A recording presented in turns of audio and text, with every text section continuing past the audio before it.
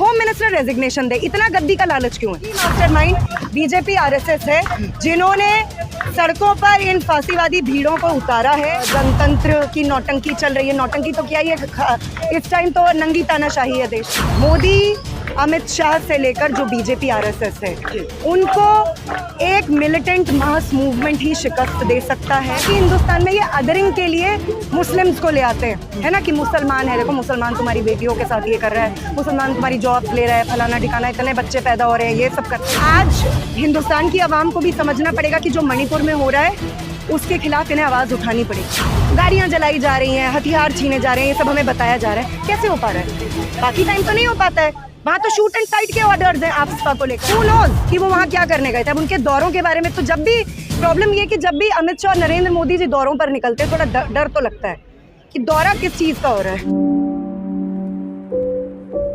Madam, जब पहली बार आपके सामने वो वीडियो आया था तो आपके जहन में क्या आया था?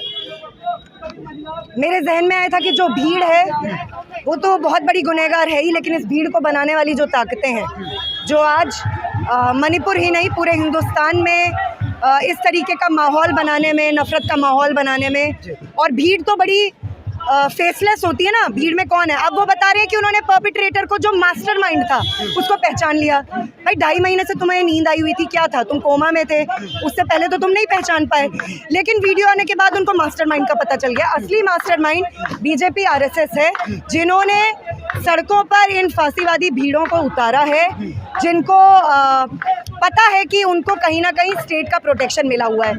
इसके अलावा ज़ाहिरा तौर पे मणिपुर, हम जानते हैं कि बहुत लंबे से मणिपुर और नॉर्थ ईस्टर्न स्टेट्स में बहुत तरह की चीज़ें हो रही हैं ना, लेकिन आप और हम जानते नहीं है, मेन स्ट्रीम मीडिया तो कभी बताता नहीं है, लेकिन बहुत लंबा इतिहास है नेशनल लिबरेशन स्ट्रगल्स का, मणिपुर का, नागालैंड का, ऐसे तमाम इलाकों का, कि ये कभी रिपोर्ट नहीं होता है। आफ्सपा जैसा कानून भी वहाँ लगा हुआ है।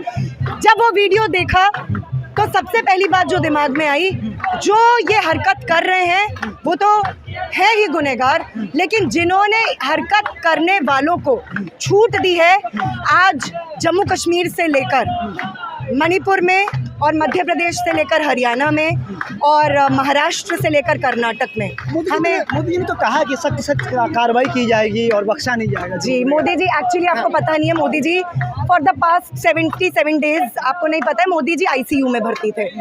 वो इंटेंसिव केयर यूनिट में विदेश जा रहे थे वो। हाँ, वो उनकी इंटेंसिव केयर ऐसी होती है। वो देशी पूंजी की तो काफ़ी सेवा कर ही चुके हैं इंटेंसिव केयर करके। जो यहाँ के टाटा, बिरला, अंबानी, अडानी हैं, उनकी तो उन्होंने काफ़ी केयर कर ली। अब वो इस इंटेंसिव केयर यूनिट में वो विदेशी पूंजी, फ्रांसीसी पूंजी, अमेरिकी पूंजी, उनको कह रहे हैं आओ, make in India, you've got this sort of cheap labor here, why don't you come and invest in India? मिल बांट के खाते हैं, यहाँ का आपको चीप लेबर मिल रहा है तो आप वहाँ जाकर आप जाके वो कर रहे हैं। यही नहीं, इससे पहले कर्नाटक के चुनाव हुए। अभी मेरा तो ये कहना है कि अगर मणिपुर में चुनाव होने वाले होते तो मोदी जी, बीजेपी, आरएसएस का क्या रवैया होता है?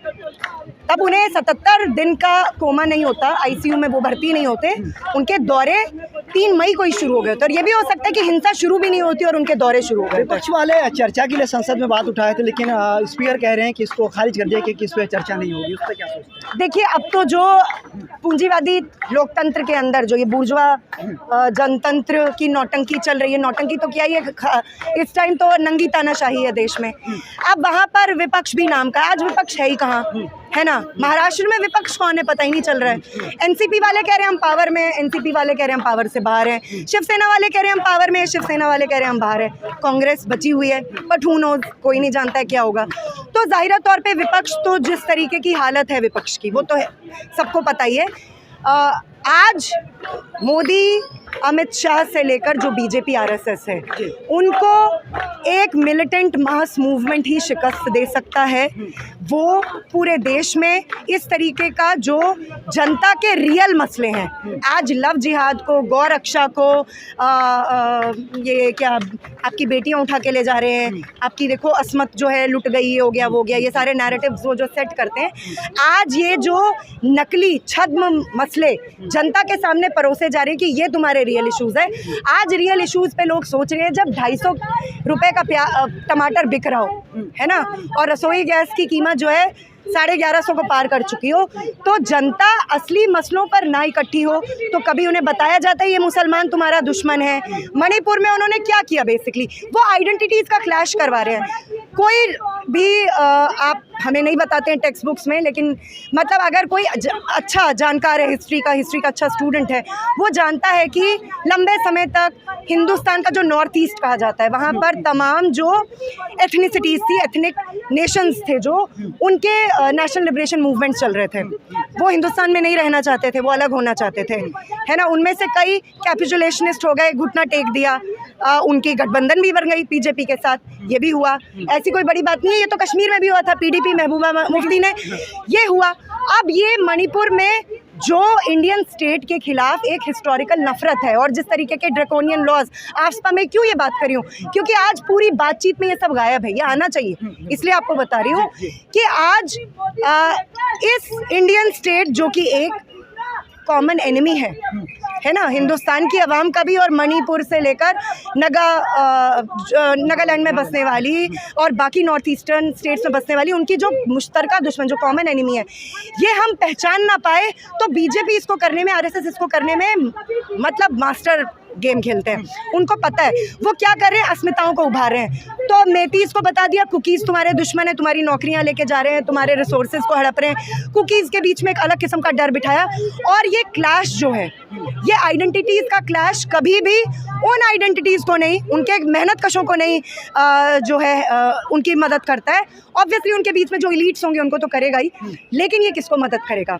ये सबसे बड़ी आइडेंटिटी पॉलिटिक्स करने वाली बीजेपी से बड़ी पहचान की राजनीति कौन करता है ना, उसको सबसे ज़्यादा मदद करता है। नैरेटिव चलाया गया कि इसमें एक बंदा एक अरेस्ट हुआ है, और जो अब्दुल नाम उसका बताया जा रहा है, AI ने बाकायदा ट्वीट किया था, बाद में उसको डिलीट कर दिया। तो क्योंकि इन्हें मिला नहीं ना, प्रॉब्लम इनकी सच में बड़ी समस्या ये कि नॉर्थ ईस्ट में इनको, जो बाकी हिंदुस्तान में ये अदरिंग के लिए मुस्लिम्स को ले आते हैं, है ना, कि मुसलमान है, देखो मुसलमान तुम्हारी बेटियों के साथ ये कर रहा है, मुसलमान तुम्हारी जॉब्स ले रहा है, फलाना ठिकाना, इतने बच्चे पैदा हो रहे हैं, ये सब करते हैं।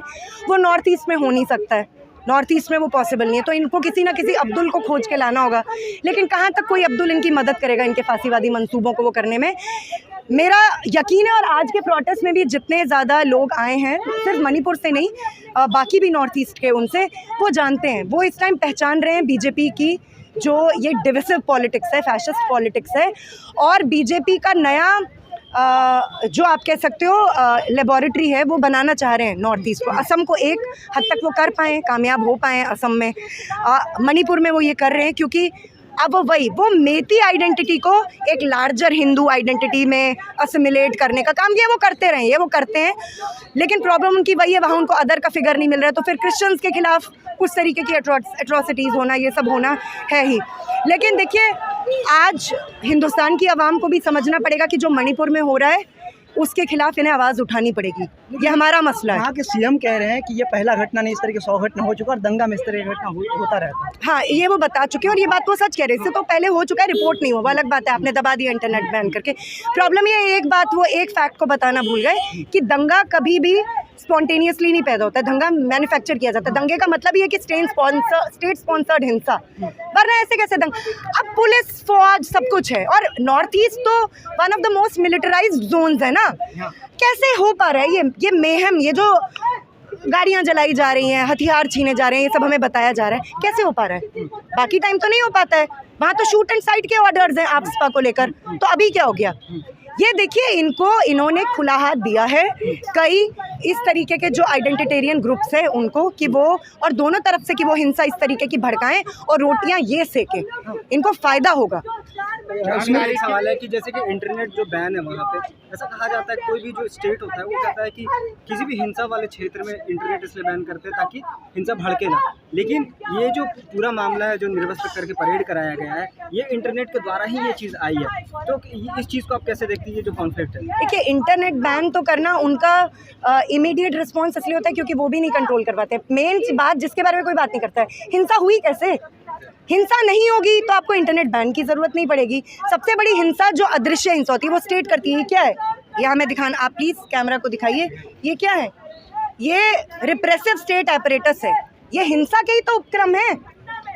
ये इंडिविजुअल्स नहीं, ये तो भाई किसी गरीब मजदूर का, किसान का बेटा है। इनमें से बहुत से हो सकता है नॉर्थ ईस्टर्न स्टेट से भी आते हो, लेकिन ये बेटन ये तो स्टेट का ही है ना ये सब कुछ, तो स्टेट की हिंसा में नहीं नज़र आती। अगर इस तरीके की हिंसा हो तब तो 24/7 जो है बैन ही रख देना चाहिए इनको। प्रॉब्लम ये नहीं है, प्रॉब्लम ये है कि हिंसा पैदा कैसे हुई। 2.5 महीने से ज़्यादा वक्त बीत गया, मणिपुर जल रहा है और नरेंद्र मोदी जी विदेश यात्राओं में मगन हैं।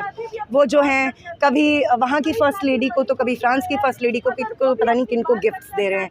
ये मतलब बहुत शर्म की बात है ना किसी भी देश के। तो दौरा किया था ना शुरुआती दौर में, हाँ, मिनिस्टर जो है अमित शाह, तो उसके बाद रुकी क्यों नहीं? उनके दौरे से तो रुक जाना चाहिए था, उनका दौरा ही वो था। मुझे तो लग रहा है दौरे के बाद हिंसा ज़्यादा भड़की है।